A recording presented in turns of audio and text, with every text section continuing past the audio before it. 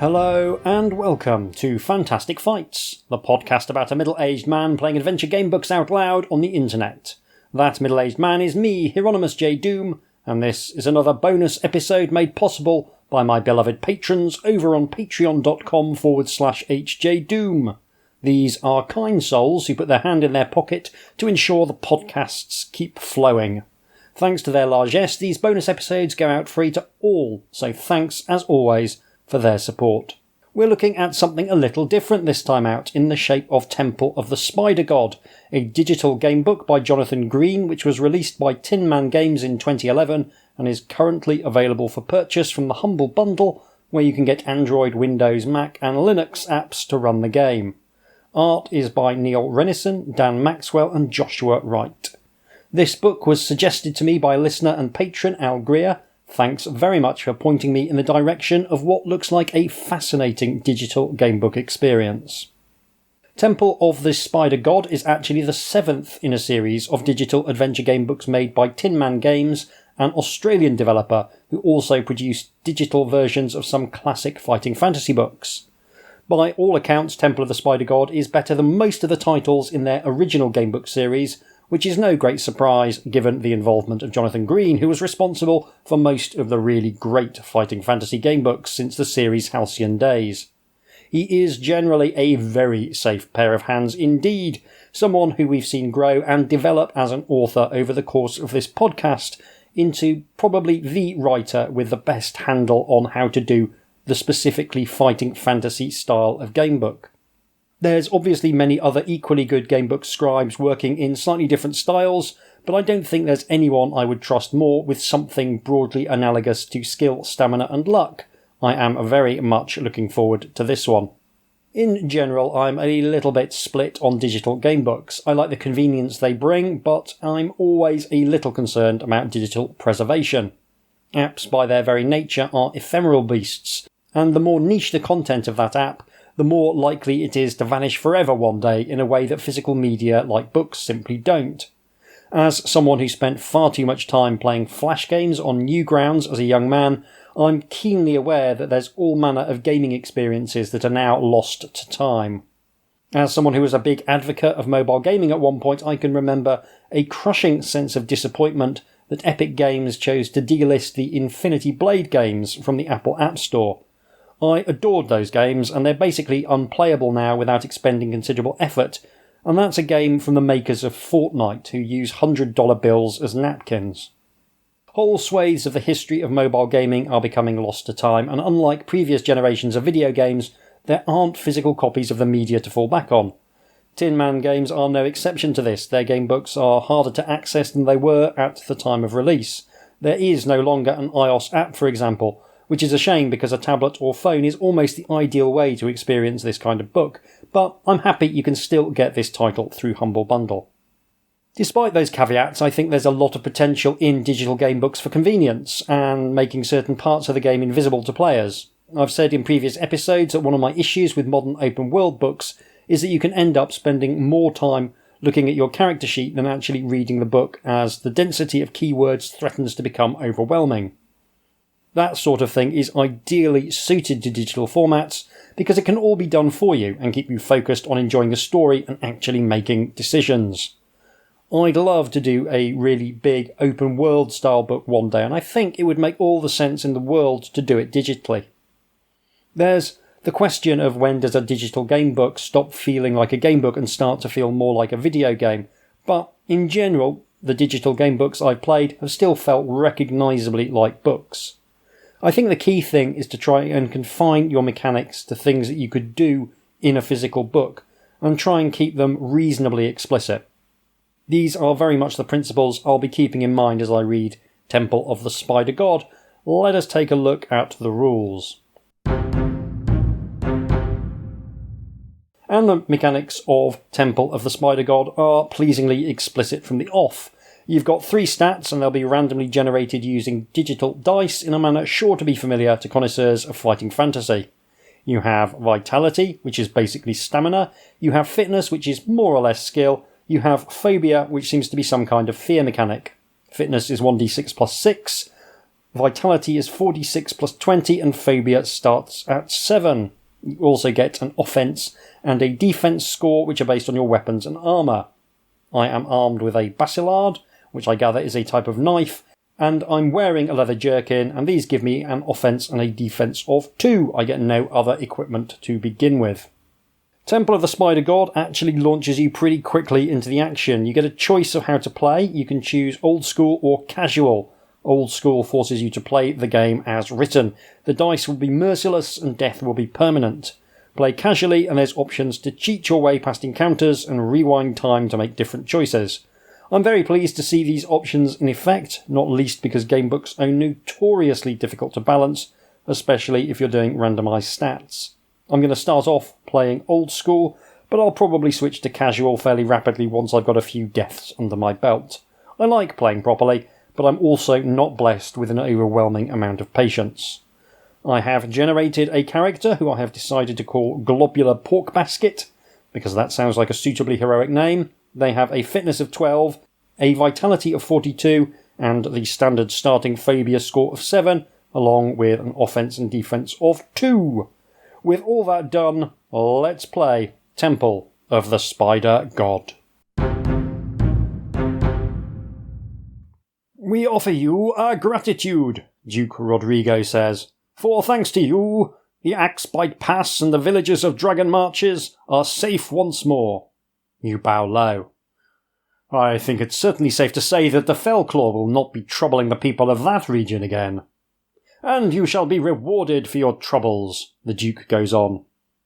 Knowing I have done what I can to guard these lands against the predations of evil is reward enough, you tell him magnanimously. Of course, the hoard you plan to recover from the Manticore's lair once the fuss has died down will help as well.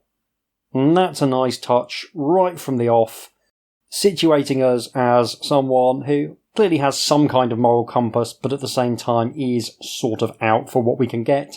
Your very typical fantasy gaming protagonist, in other words. Your audience with the ruler of the city-state of Miramar is interrupted by a sharp knock on the throne room door as the Duke's Chamberlain enters, accompanied by 2 uniformed conquistadors carrying a large iron-bound chest between them. What is the meaning of this interruption? Rodrigo snaps. My apologies, my lord, the Chamberlain begins, but these men are here at the behest of Cesaro Cortez. The Cesaro Cortez? The Duke gasps in surprise.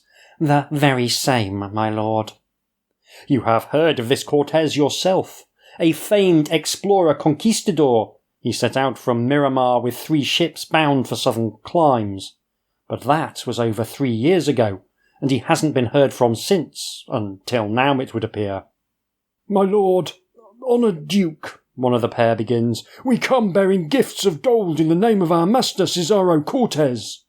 Duke Rodrigo beckons the men forward, and you move to one side to let them past. They set the treasure chest down at the foot of the dais before his lordship, and free the clasps holding it shut. A greedy gleam in his eye, the Duke rises from his throne and descends the dais. Do you want to hold back as the Duke opens the chest, or do you want to step forward and offer to open the chest yourself? I think in this chest there's going to be a spider, and I think the spider is going to try and attack the Duke. And I don't particularly feel inclined to take a metaphorical bullet for a member of the nobility, so I think I'm going to hold back and allow the Duke to open the chest himself. Taking hold of the lid of the iron-bound chest in both hands, the Duke confidently throws it open. With a cry of alarm, he stumbles backwards as a large black and red spider leaps out of the chest, hissing with fangs bared. The Duke's life is in danger, you are sure of it. Sword in hand, you gamely leap to the nobleman's defence, and there is a picture of the spider jumping out of the chest, and it's pretty good. Full colour, simple, but evocative, I would say. It's done that thing which I think is quite important in some ways with fantasy spiders, which is It definitely looks like a spider in the sense of having 8 legs, mandibles, eyes and all the rest of it, but it doesn't quite have that absolutely unpleasant alien quality that many spiders have. I'm not especially arachnophobic, but I'm not super comfortable with spiders either. I'm alright with them until they hit a certain size, and then I start to feel a bit wobbly.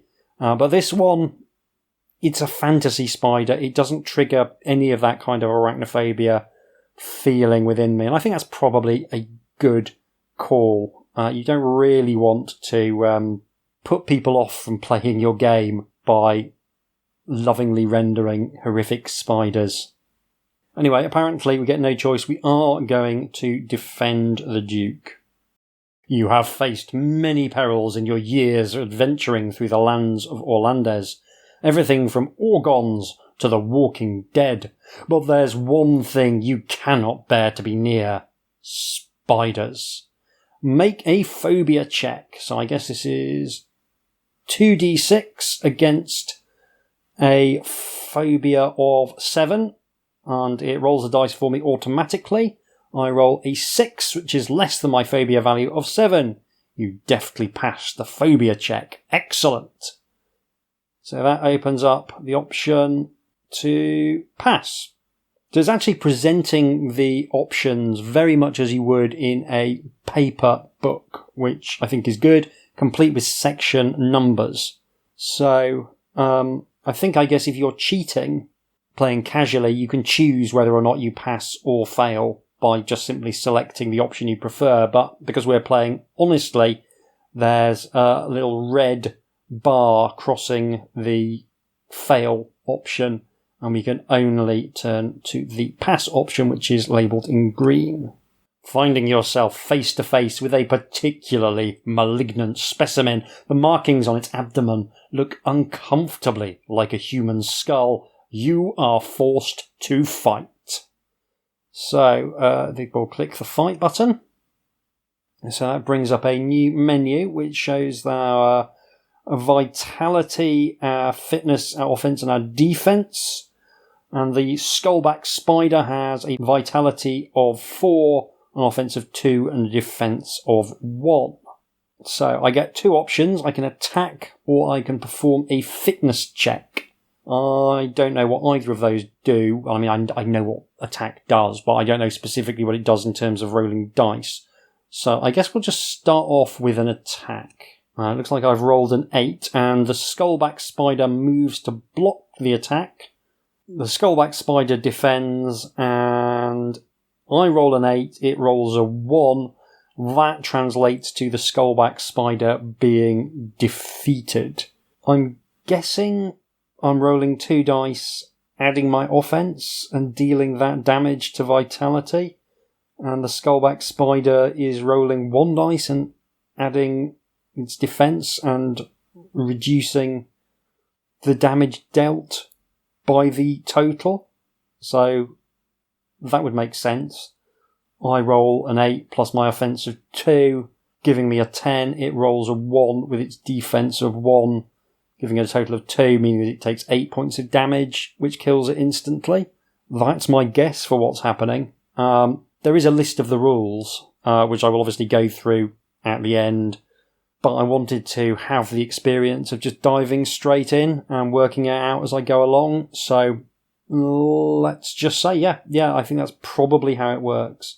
I don't know what making a fitness check actually does, but maybe we'll work it out later. Anyway, we've defeated the skullback spider. Realising that it is losing the fight, the spider makes one last desperate leap for the Duke. You prove too quick, skewering the arachnid on the end of your blade before it can sink its venomous fangs into the nobleman. However, you are not out of danger yet. The 2 members of Cortez's crew who brought the booby-trapped treasure chest before Duke Rodrigo, also realising they are in trouble, hurl the strongbox at you as they try to make their escape.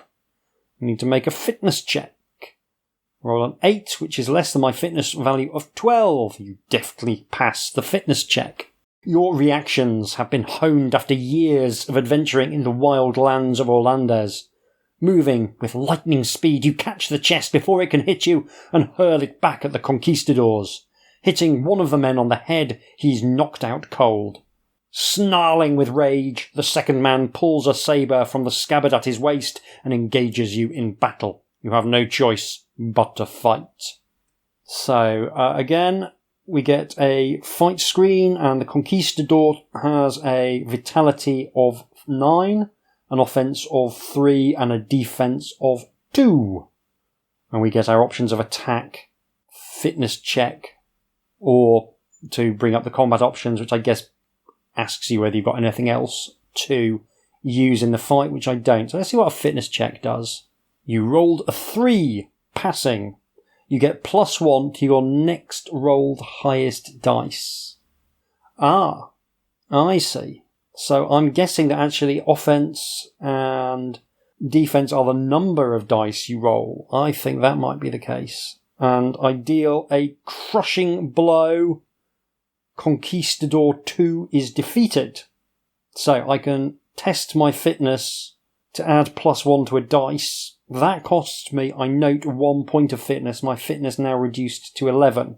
So I rolled a 6 and a 4. The highest dice gets a point added to it, making 7. And it's a critical hit, which I guess deals additional damage. So I think we're looking at maybe the highest die roll as dealing damage to the vitality of my opponent. This is fun, actually, learning how the systems work by using them. That's not a thing you get to do in a standard gamebook. Yeah, I think I'm beginning to grasp it. Anyway, I have defeated the conquistador. With the conquistadors dead at your feet, you pause to recover yourself after the exertions of the battle. "What is that thing?" Duke Rodrigo says, staring in morbid fascination at the curled corpse of the spider. "I have never seen the like, my lord," his chamberlain splutters. "And what were you doing, letting those murderers in here?" turning on the others. "I should have you strung up." "I had no idea." Only half listening to the Duke's angry tirade, your attention is drawn to the body of one of the dead men. He is lying on his front. You can see a lump on his back, covered by his blood-soaked shirt. Carefully, using the point of your sword, you slit the fabric and expose what lies beneath. It is another spider, with the same hellish skull markings on its back. It's latched onto the man's spine, and its fangs are buried in his back. As you stare at the hideous parasite with unalloyed disgust, a spasm passes through its body. Before the spider can extricate itself from the corpse, you run it through. The other conquistador is lying on his back. Turning the body over, you discover he was also host to one of the sinister arachnids. You do away with the spider as swiftly as possible. "What is the meaning of this?" Rodrigo gasps in horror. "It would appear that someone has designs on the city of Miramar, my lord," you tell the Duke. "Who? Cesaro Cortez?" "Perhaps, but you would need to carry out a full investigation to be certain." "Then do it. I can think of no one better qualified can you. And surely we have the advantage now, for I'll warrant whoever was the mastermind behind this audacious plan, and so convinced of their own superiority, was certain that I would succumb to the trap, or they would not have been so bold in their approach. You will accept, of course, won't you? You will be handsomely rewarded, naturally." You take a deep breath before answering. "Of course, my lord." "Excellent, excellent," the Duke exclaims, the relief apparent on his face.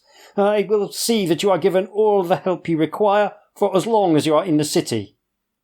And he takes a purse from about his belt and tosses it to you. "This should help you on your way."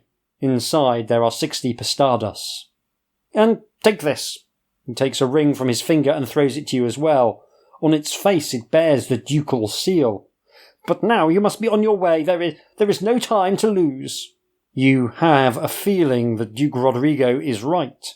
As you make your way out of the ducal palace, you decide where to start looking for clues in your attempt to uncover the roots of the treacherous plot that has Miramar in its cruel grasp. If the conquistadors were telling the truth, then somehow Cesaro Cortez has something to do with what just happened. But the last anyone heard of him was when he left Miramar 3 years ago heading south.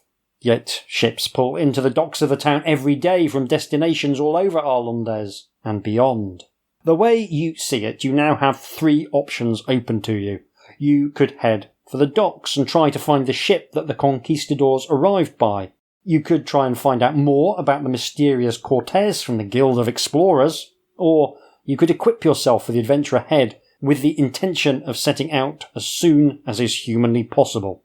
That's a big decision. I like the idea, I think, of heading to the docks to find the ship the conquistadors arrived by. That feels the most time-bound of the options to me, because if they get word the conquistadors have been killed, it's possible they may decide to scarper. So I will head for the docks. I'm enjoying this very much so far. It's moving along at a really decent pace, which I always appreciate. It's not wasting my time. It's straightforwardly but evocatively written. That's always a pleasure as well. You make your way to the docks with all speed. A forest of masts greets you as you round the corner of the Seahorse Tavern and are confronted by stevedores and merchants going about their daily business as those ships most recently arrived are unloaded of their cargoes. You find the harbour master in discussion with the captain of a merchantman. When you ask him about ships that have recently arrived in Miramar, he points you to the southern end of the docks. Following his directions, you find yourself approaching 2 likely vessels. One is a large galleon with the carved figurehead of a beautiful young woman called the Maiden of the Sea Witch. The other is a galley with black sails lying low in the water. There are a number of shaven-headed crewmen on board watching your approach with suspicion. But which is the ship you are looking for? The black-sailed ship sounds like a pirate ship, maybe? Am I overreading into things? Does Cortez have access to the kind of money that would let him charter a ship the size of the Maiden of the Sea Witch? That's the question I'm asking myself. I feel as though the black-sailed ship is more redolent of skullduggery, so that is the one I am going to investigate. Steeling yourself for whatever secrets might lie on board the galley, you approach the gangplank. A rough-looking, thick-set man with a patch over his right eye appears at the other end of the plank, blocking your way. "Can I help you, friend?" he asks as he casually smacks a cosh into the palm of his hand. "That depends," you say, thinking on your feet. "Where was your last port of call?" "Cadiz," he replies immediately. "And what was your business there?" you ask, pressing him for more information. "We were picking up supplies, that's all," the ruffian replies. "Not that it's any of your business." "I wouldn't be so sure about that," you tell him, showing him the ducal seal of Miramar. The man's show of bravado suddenly falters, and his face blanches. "Do you want to persist in boarding the galley, or turn your attention to the Sea Witch?" "No, I'm in for a penny and in for £1. I'm going to persist in boarding the galley. Hopefully the ducal seal of Miramar will open some doors." "Official business," you tell the one-eyed man as you push past him onto the deck of the galley. "Now show me what you've got in the hold." "Very well," he grunts, and leads you down a ladder into the dark depths of the ship. As your eyes become accustomed to the gloom, you see a myriad pale faces staring back at you. They belong to a mass of emaciated women and children who have been contained behind bars. With mounting horror, you realise that you have inadvertently found your way on board a slaver's ship. Hearing the slap of the cosh in the man's hand, you spin round and see him advancing towards you with another of his crew. The 2 men say nothing as they launch themselves at you. Once again, you have to fight. So 2 slavers, one with a vitality of 10, offense of 2, defense of 2, one with a vitality of 13, offense of 2, defense of 2. So I'm going to be rolling 2 dice if I attack. I have a feeling only the highest dice will cause damage.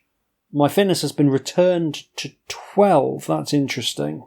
So I could do a fitness check and hope for a critical hit that would take out Slaver 1. That sounds like my best bet. So we'll do a fitness check. That gets me +1. Then I must attack. Slaver 1 moves to block the attack. Slaver 1 is hit. Slaver 1 takes 7 damage, and Slaver 1 attacks. Okay, so I rolled a 5 and a 1, and I get +1 to my highest dice, giving me a 6 and a 1. So that's 7, so that explains the total damage. The Slaver rolled a 5 and a 4.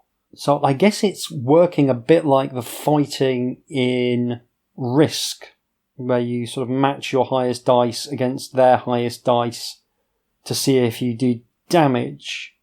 So I think the fact that my 6 was higher than his 5 means that I won the combat round. I think that probably means I do damage equal to the total rolled on both dice. That's my new theory as to how the combat system works. I will explain all, I promise, at the end when I actually look up the combat rules. But as it is, I think that's currently maybe how it works. I could do another fitness check. That could be a thing. I think I will. So my fitness now down to 10. And I get +1 to my next rolled highest dice. So I've got to defend myself.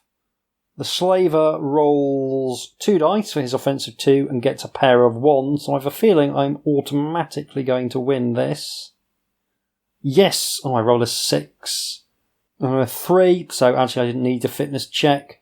I could do a fitness check again because the second slave is attacking, but I think I will just defend myself. No, that's irritating. I can't see what the slave has rolled. I've done this on the wrong resolution. That's a mistake on my part. Anyway, let's see what I roll for my defense. I've been hit. I take 9 damage. Right. Okay. Yeah, I'm guessing he rolled 2 dice, one of which was a 4 or higher. Well, 5 or higher. And his total damage was 9. That's a lot of damage to take, but hey ho. Let's do an attack on Slaver 1. Slaver 1 dodges and takes no damage. Slaver 1 attacks. I should be fine. He's only rolled a maximum of a 2. Yeah, I take no damage. I take 8 damage from the second Slaver, though. So I'm actually doing very badly. First Slaver dodges my attack. I might just die. That might be what happens now. I've taken a further 8 damage, but no damage from the second Slaver. So let's try again. Excellent. I think with a roll of a 6 and a 5, I should be fine. I've defeated the first Slaver, only 1 to go. Let's do a fitness check and get that +1 to my dice. Dodged. I've done 9 damage to the second Slaver, so he's very nearly dead. I don't think he can kill me, so I take 9 damage. That's horrendous.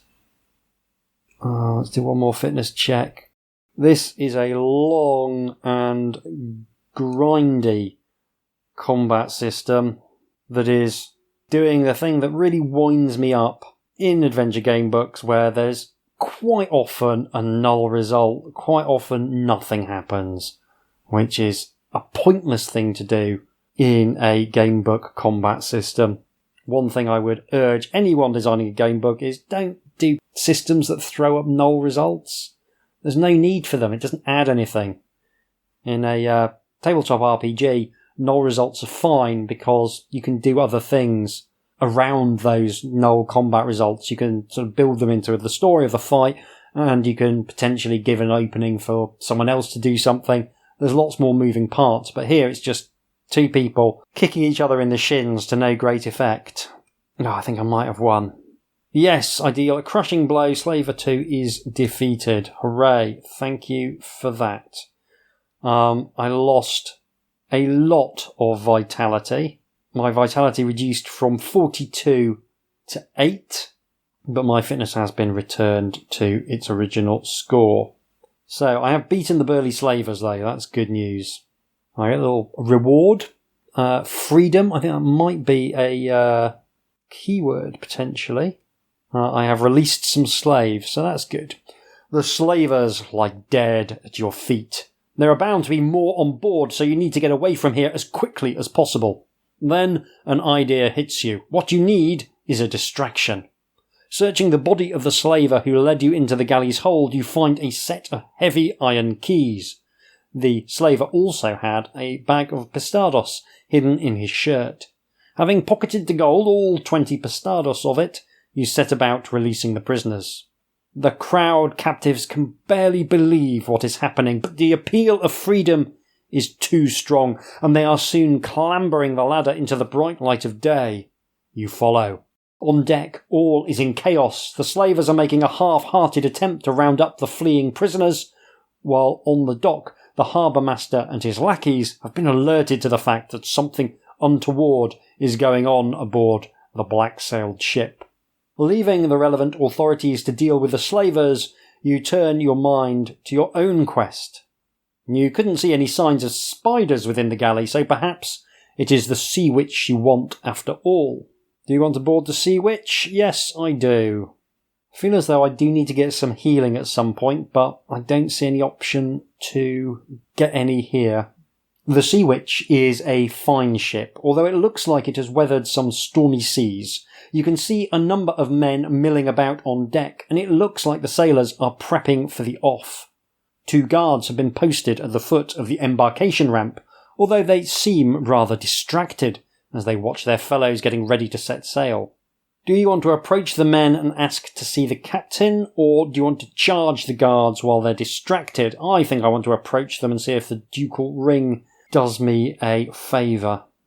I don't really want to get into a fight. Why do you want to see the captain? One of the men asks in return. It's a matter of official ducal business, you tell him, holding up the duke's seal for him to see. Oh, right you are. Better come up then. You board the ship, and one of the guards escorts you to the captain's cabin, located at the aft of the ship, at the end of the short corridor under the poop deck. Just wait in here and I'll find the captain for you, the man says, before shutting the door behind him. You take a seat on a stool in front of a fine mahogany desk. Several minutes pass without any sign of the captain or anyone else coming to attend you. Do you want to continue to wait where you are, or do you want to take the opportunity to explore the cabin? I will explore the cabin. I love a good rummage. Listening out for footsteps or a hand on the door behind you, you cautiously begin to explore the captain's cabin. There is a globe in the corner and a framed map of Orlandes hanging on the wall. But what really attracts your attention is the ship's log that is open on the desk in front of you. Lying on top is a yellowed piece of paper that looks like it has been torn from another book altogether. It was on this day, the 12th day of Ambrillo, 771 of the Dawn Years, that I, Cesaro Hernando Cortes, famed explorer and conquistador, set out from Miramar with 3 ships and a total complement of 60 men. Our destination was the Isla du Desperanza, far to the south, where it is rumoured the treasure of a lost civilization lies, waiting to be discovered. It is said that within that jungled isle there lies a lost city of the ancients, and that its processional avenues are paved with gold. But there are also other rumours, darker revelations concerning the monsters that also dwell there. Taking the page of the explorer's journal, you carefully stow it in your pack. The squeak of wood against wood draws your attention back to the desk. One of the drawers is opening, seemingly by itself. With a sudden jerk, it flies completely open, and out leaps a large red and black spider. Make a fitness check. You roll an 8, which is less than my fitness value of 12. You deftly pass the fitness check. Feels like a good high fitness is a real asset in this book, perhaps unsurprisingly. Finding yourself faced with another spider, the same one that was sent for the Duke, you feel a shudder of revulsion pass through you. Make a phobia check. You rolled an 8, which is not less than your phobia value of 7. Sadly, you fail the phobia check. Oh well. So what happens when we fail? No matter how you may feel about the arachnid, it doesn't change the fact that you are going to have to fight. So it's got a vitality of 9, an offense of 3, and a defense of 2. So I think we are potentially going to struggle. My offense is reduced to 1 by the phobia check failing, I assume. That is a huge, huge issue. Yeah, that is a proper problem. So what am I going to do? I'm going to do a fitness check because I need that +1. And I'm going to have to hope that I roll a 6. I roll a 4, which is increased to a 5, which is equal to the Skullback's highest dice. So the Skullback dodges and takes no damage, and the Skullback attacks. Its best die is a 4, and I dodge with a 5. Let's fitness check again, which I pass, and I roll a 1, so the Skullback takes no damage. This is not going to go well. I need a 5 or better. I get a 5 or better. Once again, very grindy.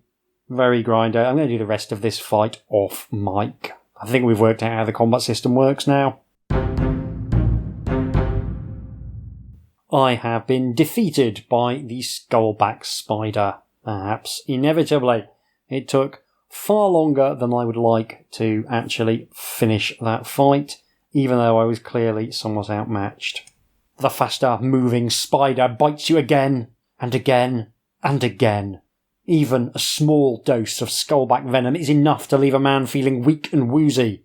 The amount that is now coursing through your bloodstream is enough to kill an ox. Your life, like your adventure, is over. The end.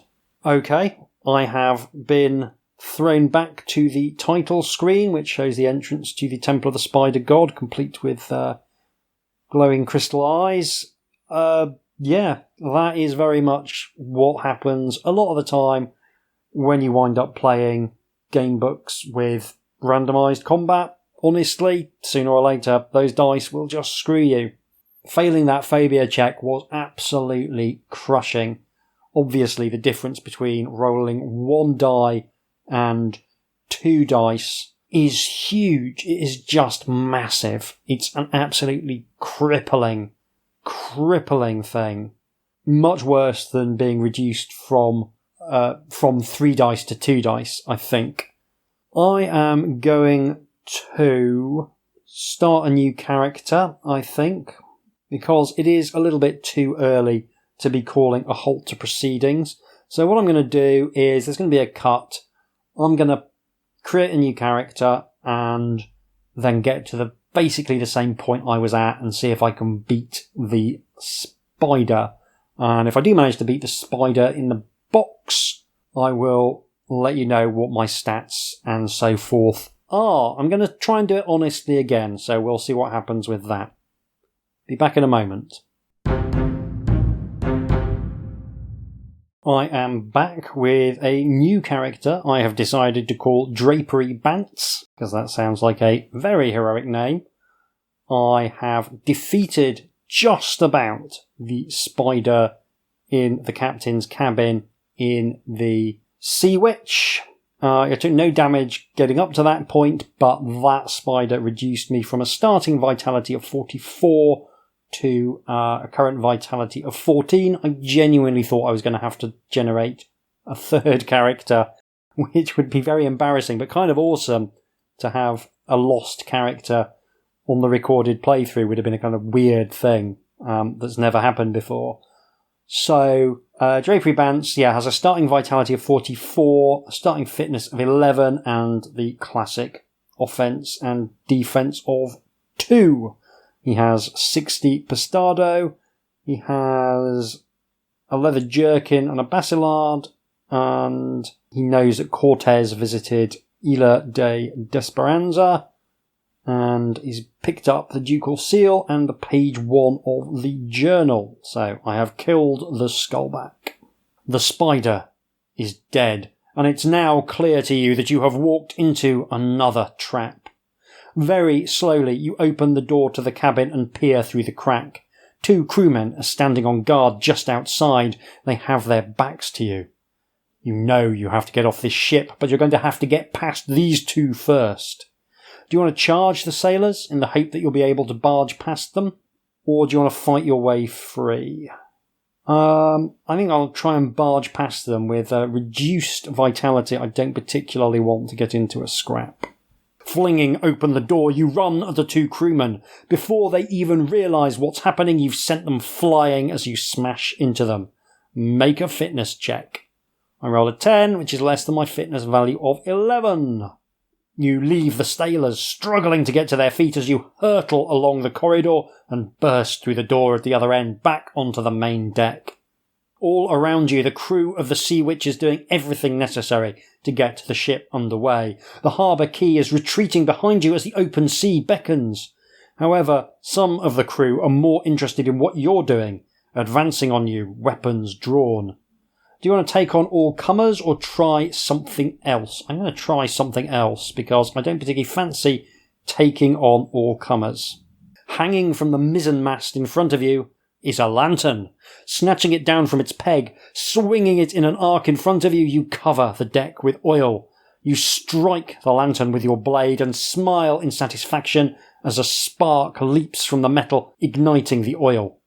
With a roar, a wall of flame suddenly blazes into life between you and the advancing seamen, but also between you and the side of the ship. With the fire increasing in intensity, forcing you to shield your face from the heat, you cannot hang around. Do you want to escape into the rigging above you? That sounds like a foolish idea, because, okay, you've escaped into the rigging. Where do you go from there? It's like hiding upstairs in a horror movie. Don't hide upstairs. There's nowhere to go from there. Do you want to flee through the door behind you? I cannot because I've come from there. Do you want to descend the ladder that leads to the hold? Again, there's not going to be any escape in the hold. Or do you want to run through the flames and throw yourself overboard? I think that's what we'll go for. There is no time to waste. The fire is spreading fast and will soon consume you if you don't act fast. Taking a deep breath, shielding your face with your arms, you run straight at the wall of flames. At the last possible moment, you launch yourself into a dive which takes you straight through the rising flames and over the side of the ship. You hit the water of the harbour seconds later and feel the relief of your immersion in the chilly water, taking away the burning heat of the fire.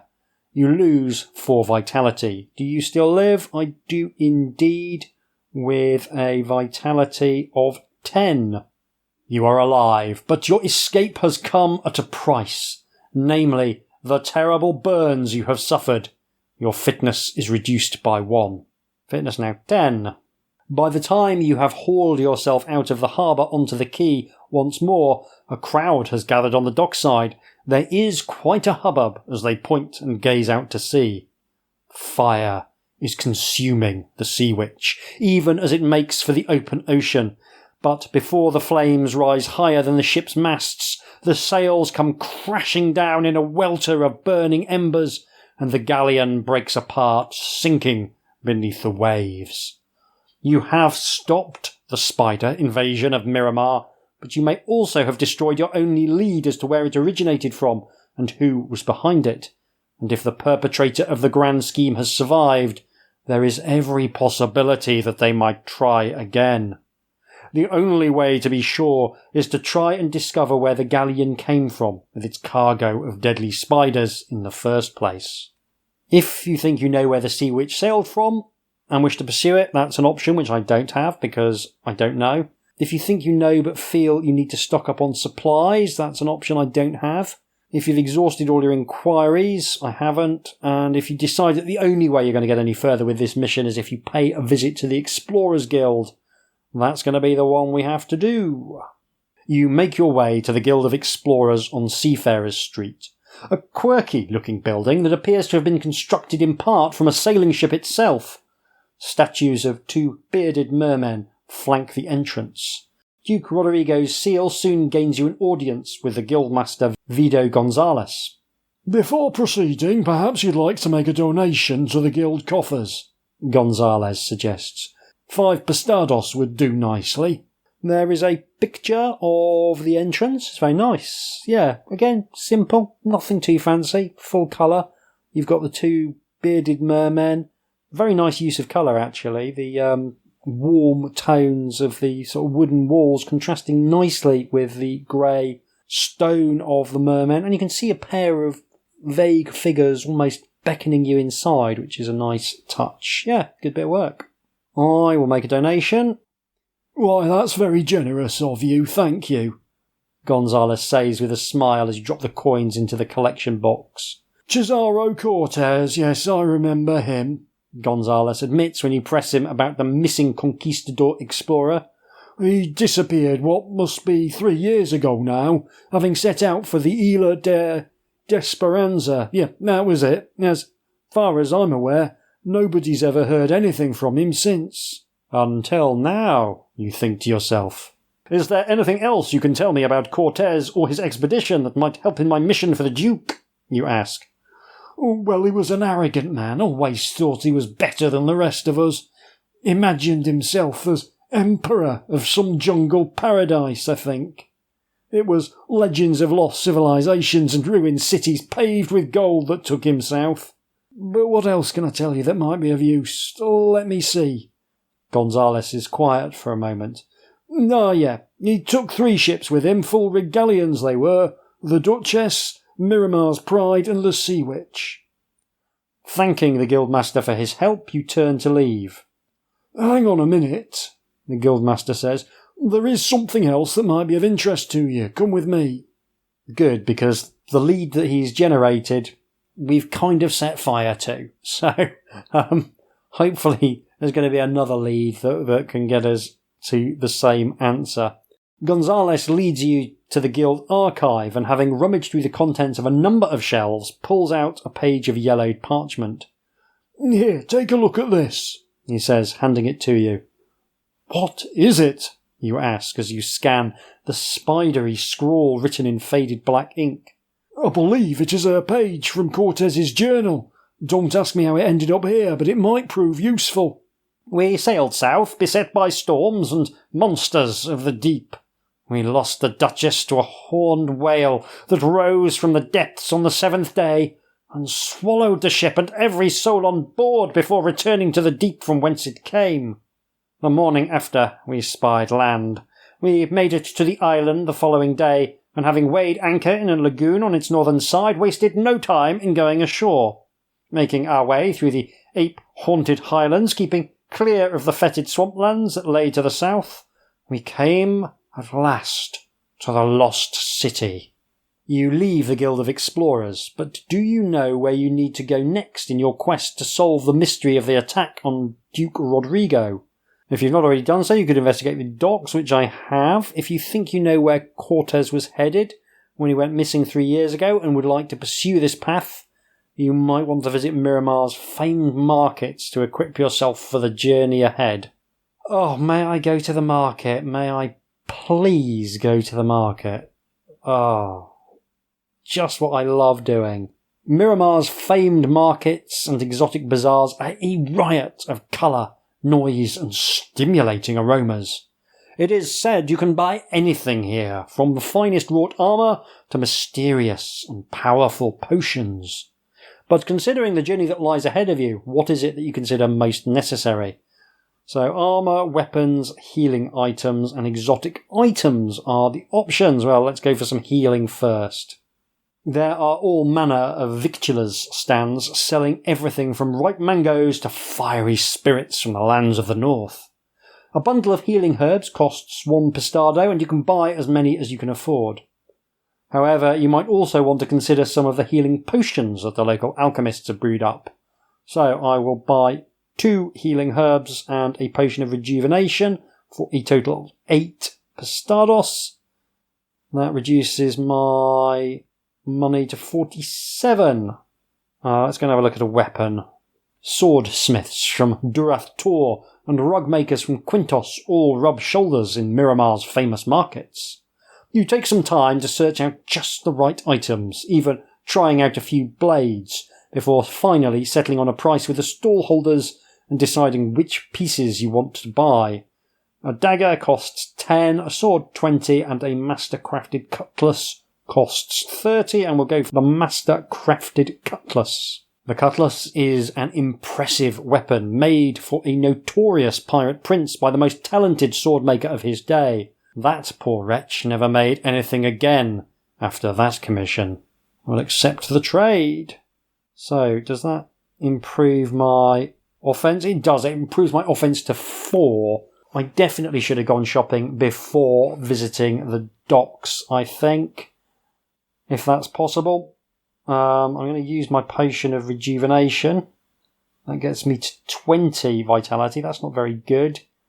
I'll use a healing herb. That heals 2.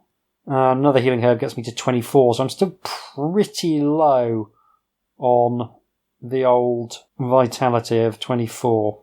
So I guess I could try and buy some armour, see if there's something I can afford. Well, 17 Pestardos. A number of armourers are selling their wares in the market today, and having haggled with the various stallholders, you end up with what you consider to be a fair price for a number of different items. However, which ones you end up buying is up to you. So, breastplate, a polished shield, or a helmet. Helmet is the cheapest at 12 Pestardos. The breastplate and the polished shield are 15 each. We will get the helmet then. The helmet is lightweight, yet strong. It appears to have been based on a design of archaic descent. Wings of metal flaring out from the temples. Oh, won't I look like the Jim Dandy in my winged helmet? So that presumably gets me a bit more defence as well. Yeah, defence up to 3 now. So that makes life a bit easier in fights, I think. Let's see whether we can get some more healing.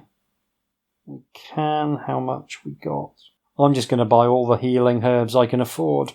So that gives me 5 healing herbs, giving me a further 10 points of vitality, getting my vitality back up to 34. So we'll leave the market. And I do know time is pressing, and so it is time you set out on your quest to find Cortez and halt the spider invasion of Orlandes. But the mastermind behind the attack on Duke Rodrigo could have his lair anywhere. Do you even have the first idea where to start looking? I do, as a matter of fact. Every lead you have seems to point to the Isla de Desperanza, which lies many leagues away within the Southern Ocean. A journey of many days lies ahead of you, but how do you plan on reaching your destination? You want to travel by land or by sea? I want to travel by land. Sea has been unkind in the extreme. Leaving Miramar, you set off south across open fields, passing through various small farming communities that lie beyond the bounds of the town, until, slowly, tilled land and tended orchards give way to wilder scrub and untamed forests. You have made good time when, 2 days out of Miramar, you make camp within a copse for the night. Make a fitness check. 7 is less than my fitness of 10. I have passed. You wake in the middle of the night, your sleep disturbed by a rustling sound. By the wan moonlight filtering through the branches above, you see the sinuous roots of a tree worming their way towards you through the undergrowth. You are fully awake in an instant.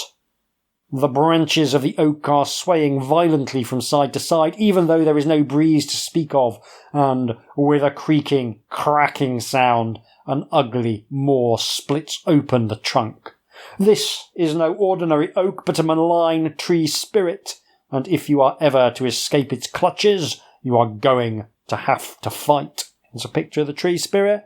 It's pretty good. It's pretty good. Quite cartoonish, but not in a way that I dislike. You can see the big glowing mouth. I mean, you've seen animated trees before, I'm sure. It looks like one of them with the kind of big, horrible, cracked mouth and glowing eyes. Very much like the sort of thing you've seen in cartoons or what have you. Yeah, classic bit of business. Don't mind it at all. I'm going to fight.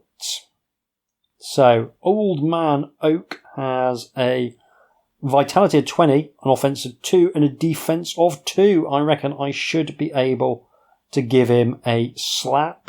And I've already done 15 damage on my first attack round with my 4 attack dice, making a huge difference.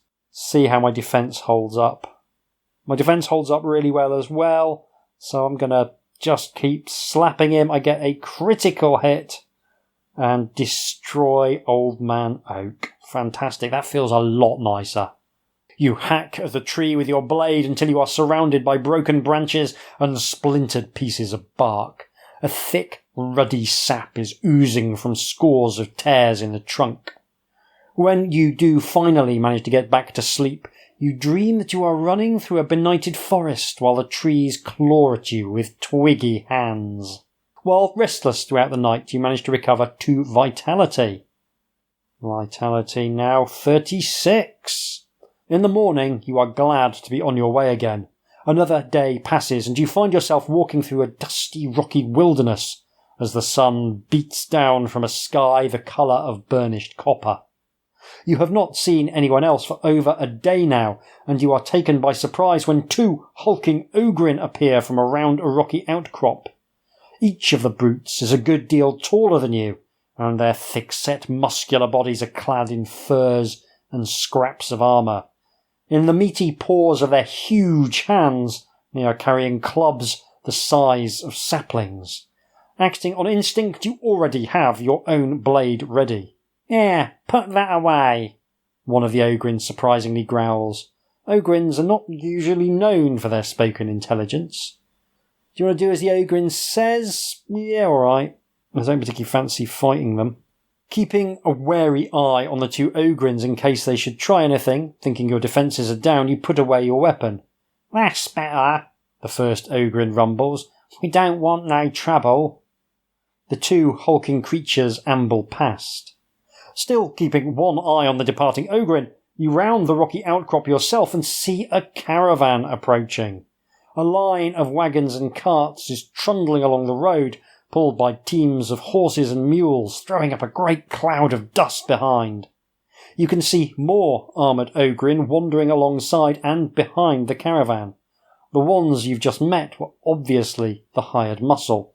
As the caravan comes alongside, a man dressed in flamboyant silken robes and baggy pantaloons jumps down from one of the wagons, his grey bearded face split by a broad grin.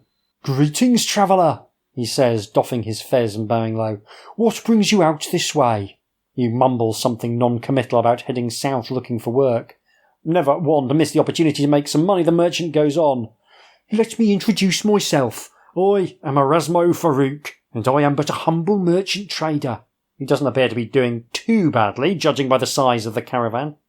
"The way ahead of you is hard, the land and climate unforgiving.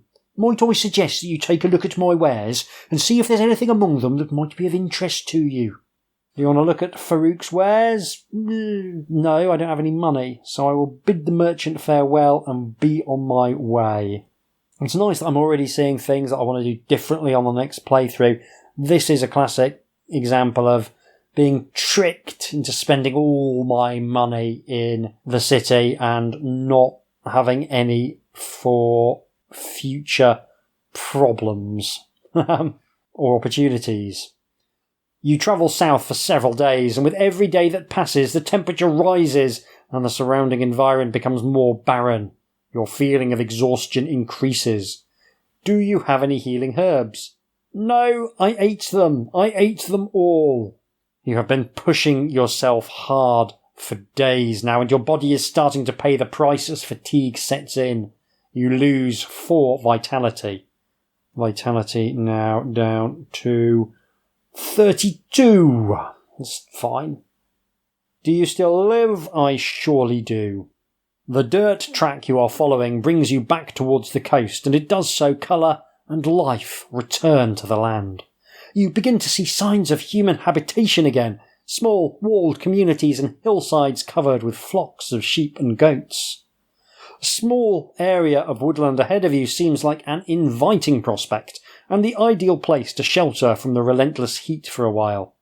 However, You are only halfway along the road that passes through it when you hear movement in the leafy canopy above you. Make a fitness check. Pass with a 7. High fitness, really helpful.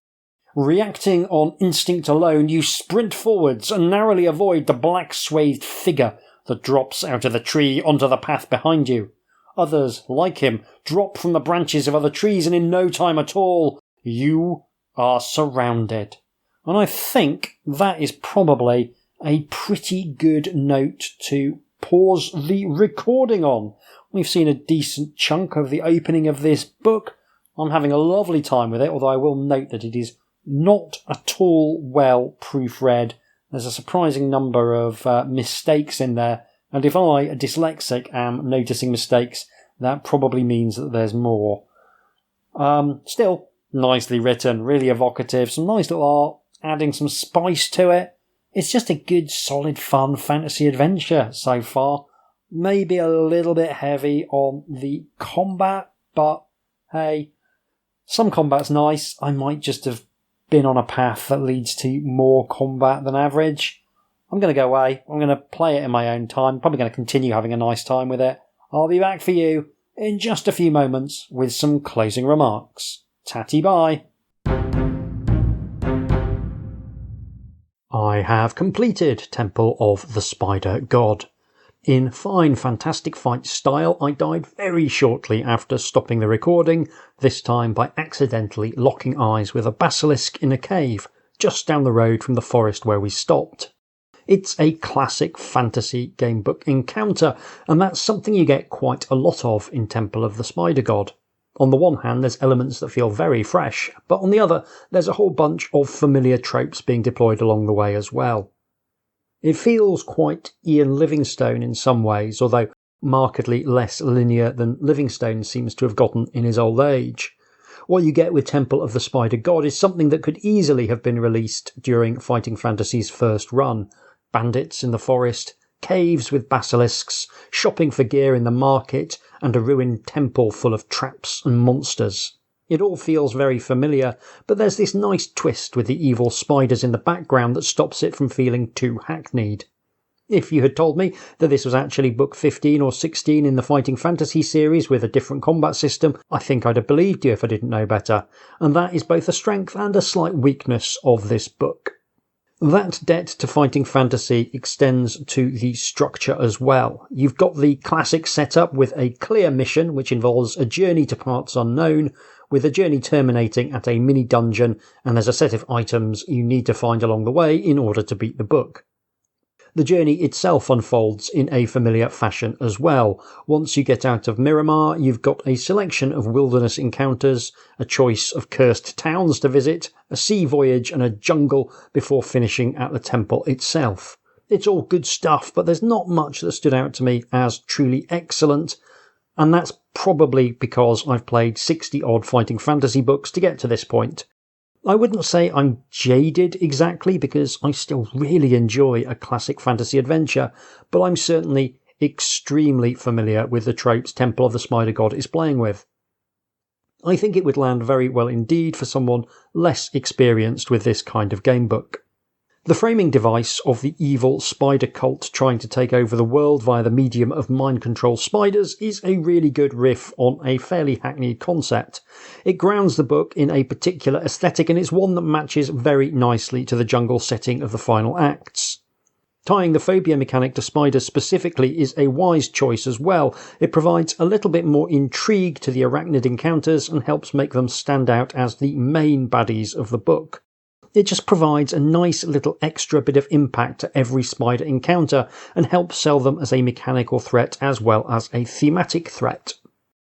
I also like that the fantasy world is drawing on Spanish conquistador themes as well. I think this is a nice point of differentiation for the fantasy setting, but I would have liked to have seen those elements focused on even more. A few pistols and cannons wouldn't have gone amiss to really anchor the fantasy in that particular period, and I would have liked to have seen the final act involve a bit more of a collision of different civilizations.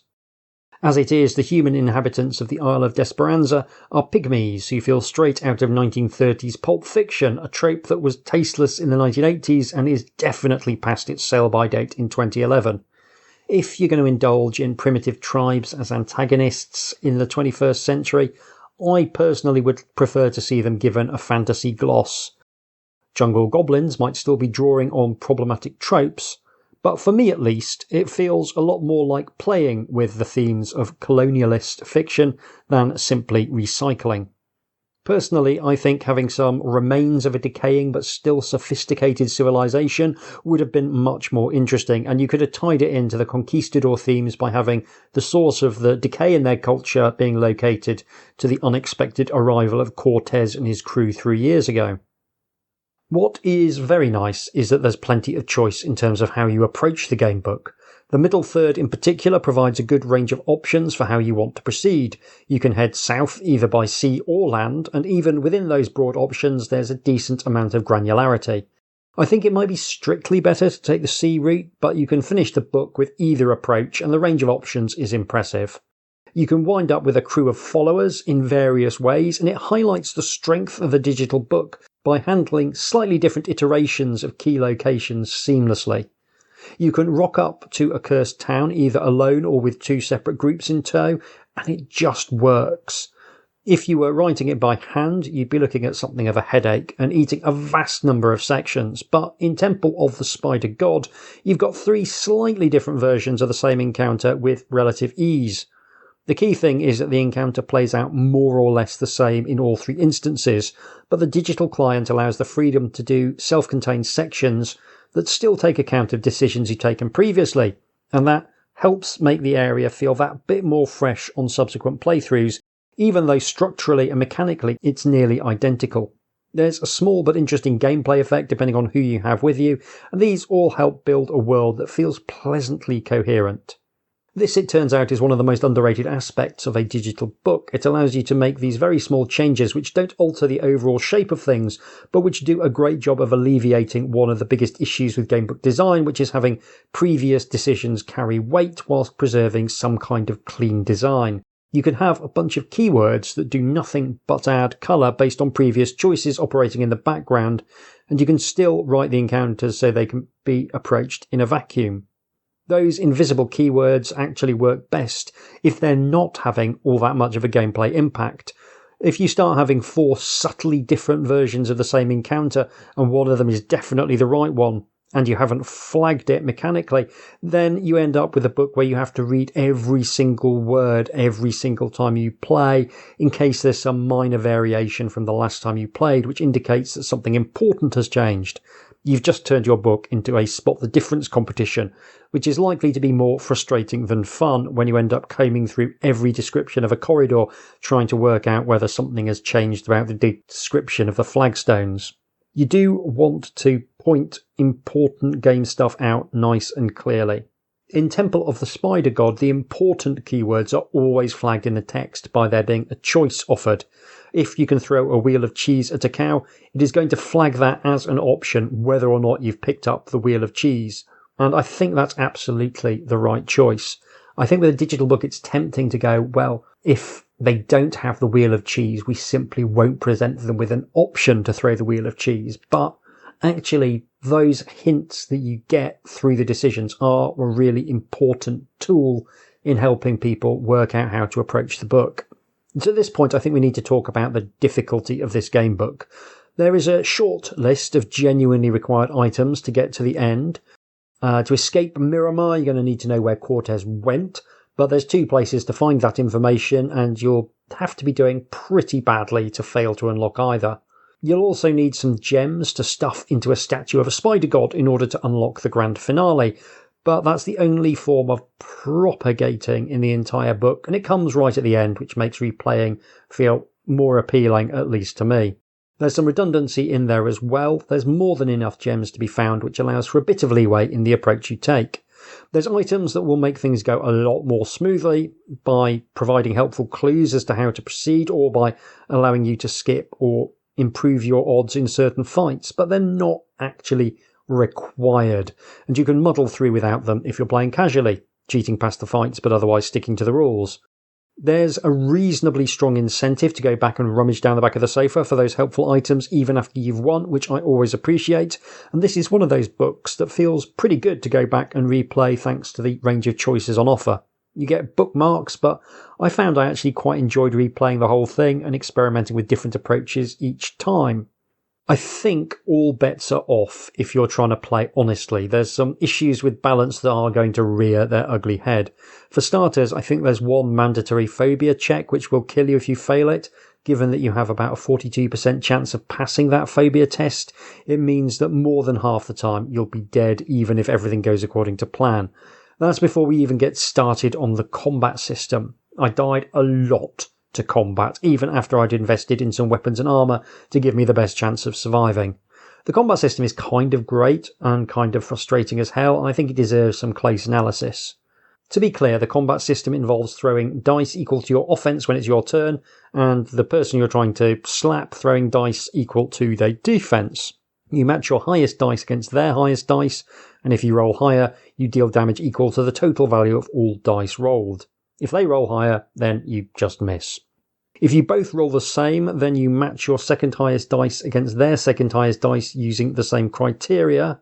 If you've both got the same number of dice and they all end on the same value, then the system favours the defender. And if you've got dice left over and they don't have any dice left to match, then I think you will win as well. You can spend a point of fitness to make a fitness check, and if you pass, you get to add one to your highest dice. That's great. Given that monsters can't do the same, it means that if you spend a point of fitness and roll a 6, you'll always win or always fend off their attack. It's quite neat, but there are some issues with the system. Firstly, there's my frequent bugbear of combat systems in gamebooks throwing up rounds where nothing happens. You will try and hit your opponent and you'll miss because the odds slightly favour the defender, and then they'll do the same thing. This is irritating. There's no call for it in a gamebook, and I've harped on about that more than enough. You could have avoided this, I think, here by combining attack and defense into a single combat score and having the winner of each round deal combat damage. Draws would still technically be possible, but they would be less likely. You lose some granularity by no longer being able to have monsters who have a low defense and a high offense, or vice versa, which does create some decision making by incentivizing you to think about whether you're going to spend your fitness on attack or defense. But honestly, I think speed of resolution and clean mechanics just matter more. I don't think offense and defense creates enough of a tactical battle to offset the frustration of just swinging and missing over and over, especially as draws favour the defender. The second big issue is that the combat system combines attack rolls and damage rolls into a single step. If your opponent gets lucky on an attack roll, that means they're also going to get lucky in how much damage they deal. This can strip away your vitality incredibly quickly and makes losing a combat round when you're on the defense feel incredibly punishing. It's something I think might actually work very well in a wargame setting where having a really big range of outcomes can make for an interesting game. One unit suddenly getting chewed up will likely be balanced by more attritional combats elsewhere, but here you can wind up suddenly losing a third of your starting vitality to a relatively weak opponent, and fights against stronger opponents who are rolling 4 or 5 dice will very quickly drain your health, even if they're only making average rolls. It just doesn't feel as though there's enough healing to balance this out. I died a whole bunch of times in combat, even when I had decent weapons and armour. The obvious fix for this is to simply divorce damage dealt from the outcome of the attack roll. If something weak gets a lucky hit in, then it only chips away at your health rather than completely screwing you. This is why Fighting Fantasy generally does a flat 2 points of damage in combat, rather than have you deal damage based on how much you've won each round of combat by, which was another approach they could have taken. I think flat damage with some monsters being able to do a bit more to make them scary would have been a better system. Either that, or you should probably have been able to heal a bunch after every single fight. You'd still sometimes get screwed by losing fights you should have won, but that's kind of the nature of having randomised combat, and the knock-on effect of one lucky hit would have been much less pronounced. Overall, I think it's a combat system with some potential, but it's not quite there for me yet. I think simple resolution for the actual fights and slow chip damage rather than gigantic sudden swings are the hallmarks of a good gamebook combat system. One thing I would have liked to have seen more of is decisions impacting the fights, which is something that would have been simple to implement and could have made the fights feel a bit less repetitive. There's quite a few of them. They do broadly feel the same. It's not a good system in the sense of coming up with unique combat rules. There's a few places where you can decide how to approach the battle and make it easier or harder, but I did find myself wanting more. It would have played to the strengths of the digital format and helped add more choice when replaying, and I think borrowing a little bit from Way of the Tiger would have been a great choice here, but honestly, as a criticism, this is just splitting hairs. The combat system is clunky, but it is functional. It's just not very well balanced. One thing I noticed with the digital gamebook is how much more of a chore combat felt. I was incredibly grateful by the end to have the opportunity to skip the fights. While there's some interesting stuff in there, it's just not tactical enough to outweigh either the time or the frustration. I think this is something where part of what makes an analog gamebook fight fun, even if the system is very basic, is that sense of being involved on a physical and mental level. Even if the combat system in Temple of the Spider God had been perfect, I think you lose something by having all the mechanics handled for you. The friction involved in doing a fight the long way is actually part of the appeal. When I roll dice, I'm doing something tactile and enjoyable in and of itself, and the fact that I have to do some basic arithmetic to resolve the battle slows it down so that each round absorbs a bit more of my attention than simply waiting for the computer to tell me what has happened. If my opponent rolls high in Fighting Fantasy, I have to keep that intimidating attack total in my head while I roll for my own attack strength. I'm literally forced to focus on their good roll and think what I need to roll in order to avoid taking damage. Random rolls have a tendency to feel much more egregious if they go against you and you're not physically involved. Somehow the act of physically rolling dice makes it feel more as though it's you that's responsible rather than the vagaries of chance. When it's being done for you, then I think it somehow feels more like it's someone else's fault in a way that I don't think is especially helpful. It made me think that my decision to do my first digital gamebook, Mr. Blobby and the Propaganda of the Deed, without involving any dice was probably the correct one at the time. I think I would have made a right mess of it if I tried to get random chance involved in that book. I think I could do something with dice rolls now I've had this experience and really thought about it. I feel like I can see the shape of how to approach it, and it involves focusing on binary outcomes and trying to keep the impact down to a manageable level so that the tension of the dice rolls builds over the course of the story. I want to really concentrate the player's mind on the impact of a roll and what that roll means. And I think that means rolling less dice rather than more.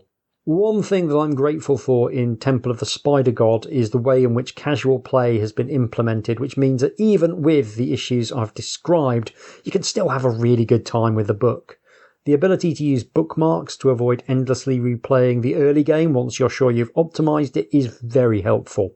Being able to ignore the fights is literally a lifesaver, but being able to heal as much as you like after a fight and proceed as if you've won even when you've lost is arguably more interesting. One thing I found myself doing was running the fights honestly and then healing to something close to my starting vitality after each one, because I still wanted to get a sense of the difficulty of each combat. Equally, I was grateful for the ability to backstep so that I could explore the bad decisions as well as the good. Tin Man Games have done a bang-up job of creating an interface for a digital game book that allows you to approach it on your own terms and decide for yourself just how much you want to cheat. I didn't use the back button at all until I'd beaten the game, for example. I was happy enough to fudge the combats and heal myself when necessary, but I didn't want to literally undo any decisions until I'd actually won. A cynic might argue that these things are all ways of disguising a lack of proper playtesting, and that they give Tin Man Games an excuse for putting out woefully balanced books, and I think there's a grain of truth in that, but for me at least, the jankiness of game books is perversely part of their appeal. They are creating something that is an authentic gamebook experience with their digital client, warts and all. By this point, I've grown to actively enjoy working out how I should cheat in order to get the most enjoyment out of a poorly balanced but otherwise enjoyable gamebook. Obviously, in an ideal world, everything would be balanced like Dave Morris's Heart of Ice, which I think is as close to a perfect gamebook as you're ever going to find. But there's a pleasure to be had in spotting where something breaks and working out what is the smallest amount you have to cheat in order to fix it. Even in the digital world, there's still space for shoestring operations releasing not quite functional books, but realising they can build in tools to stop that from mattering. There is a lot more I could say about this. I think I could potentially write a dissertation on all the specific psychological elements I see as being in play in the consumption of game books that differentiate them specifically as a medium, but I'm going to stop there, I think, and I'm going to close out this episode. Overall, I had a really good time with Temple of the Spider God despite its shortcomings. I like how much it feels like a game book rather than a video game, and I love how much it feels specifically like a lost fighting fantasy game book that fell through a portal from an alternate universe. It's a good, strong design in terms of its construction, despite the combat problems, and it manages to thread the difficult needle of making use of some digital advantages without sacrificing that authentic gamebook feel. It's not as good as some of Jonathan Green's work actually within the Fighting Fantasy series, but I think it's well worth picking up for enthusiasts of that style of gamebook. The art being full colour definitely adds something, but I think it would have been nice to have more art, even if that meant sacrificing the full colour approach and having something a bit more sketchy. It's very solid, rather than remarkable as a gamebook experience, but do you know what? I'll play a solid gamebook any day of the week. Thanks to Al Greer once again for this recommendation. I'm very happy to have played it. Next time we're playing the next Fighting Fantasy book, which I think is another Ian Livingstone, Assassins of Alanzia. Will it turn out to be as twisty and turny as a very long straight thing? Tune in to find out. Don't forget you can get in touch with me by email at hjdoom or retrofun, all one word, at gmail.com, or by following me on Blue Sky at hjdoom. I also do another podcast called Popular Antiquarian, where I'm doing the deep dive into the kids' show Mystic Knights of Tir na Nog that literally no one asked for. This has been a production of Doom Industries. Thank you very much for listening. Take care, and I'll see you soon.